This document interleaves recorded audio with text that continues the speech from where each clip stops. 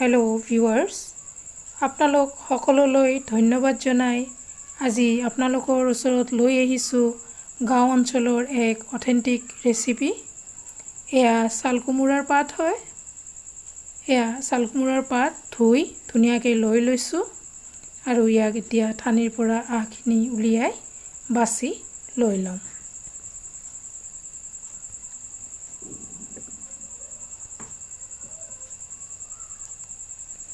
এয়া চাল কোমোৰাৰ পাতখিনি ধুনীয়াকৈ বাছি লৈ লোৱা হৈ গৈছে।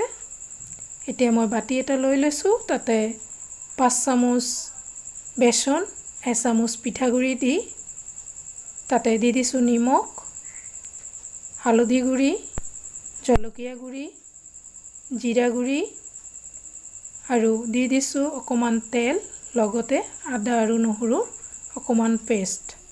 এইখিনি ধুনীয়াকৈ মিলাই লৈ অলপ অলপ পানী দি ইয়াক এটা ধুনীয়াকৈ পেষ্ট বনাই লৈ ল'ম।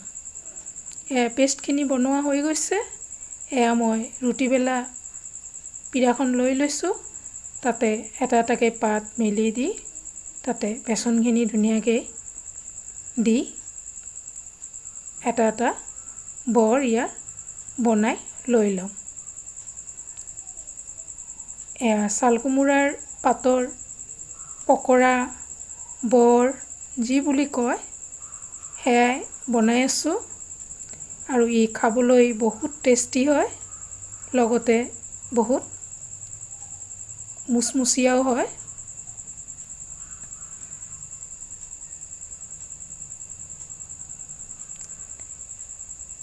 আপোনালোক যিসকলে মোৰ চেনেলটো চাই আছে আপোনালোক সকলোলৈ ধন্যবাদ। যিসকলে ইতিমধ্যে ছাবস্ক্ৰাইব কৰিছে তেওঁলোকক আন্তৰিক ধন্যবাদ, আৰু যিসকলে নতুনকৈ চাই আছে ছাবস্ক্ৰাইব কৰি মোক আগবাঢ়ি যোৱাত সহায় কৰি দিব। এয়া চাওক, ধুনীয়াকৈ মোৰ এটা বনোৱা হৈ গৈছে। ওপৰত আৰু অলপ বেচন দি ইয়াক ধুনীয়াকৈ সজাই লৈ লৈছোঁ। এনেকেই মই গোটেইখিনি পাতৰ বৰ বনাই ল'ম। আপোনালোকক মই দুটা দেখাই দিছোঁ। এয়া ধুনীয়াকৈ মেৰিয়াই বেচন দি ইয়াক লগাই লৈ লৈছোঁ। মই পাতখিনি কেঁচাই লৈ লৈছোঁ, কোনো ধৰণৰ বস্তু একো হেৰি কৰা নাই। আৰু এনেকেই বনাই ল'ৰা ছোৱালীক দিলে বহুত ভাল পায় খাই। এয়া ভাতৰ লগত খাবলৈ বহুত ভাল হয়, লগতে আমি ইয়াক চাহৰ লগতো খাব পাৰি। এয়া এনেকৈ মই গোটেইখিনি পকৰা বনাই ল'ম। এয়া টাৱা এখন বহাই দিছোঁ, তাতে দি দিছোঁ তেল, আৰু তেলখিনি গৰম হওঁতে তাতে মই এটা বৰ দি দিছোঁ আৰু ওলোটা ফালত মই বেচনখিনি দি ইয়াক ধুনীয়াকৈ লৈ লৈছোঁ।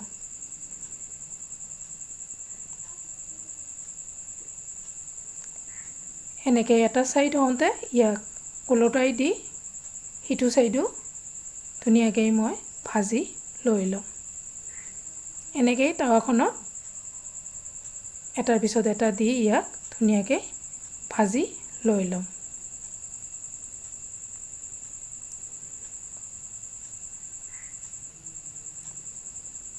এয়া হৈ গৈছে, মই উঠাই লৈ লৈছোঁ আৰু তেনেকৈ মই বাকীখিনি বৰো ভাজি লৈ ল'ম।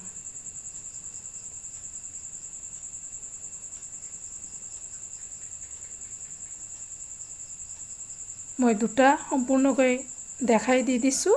আপোনালোকে নিশ্চয় এনেকৈ প্ৰস্তুত কৰি খাই কেনে পায় জনাব। এয়া খাবলৈ বহুতে টেষ্টি হয়। এনেকৈ মই এয়া মোৰ সম্পূৰ্ণ ভাজা হৈ গৈছে আৰু ইয়া বহুত মুচমুচীয়া হয়। আপোনালোকে নিশ্চয় ভাল পাব। ধন্যবাদ।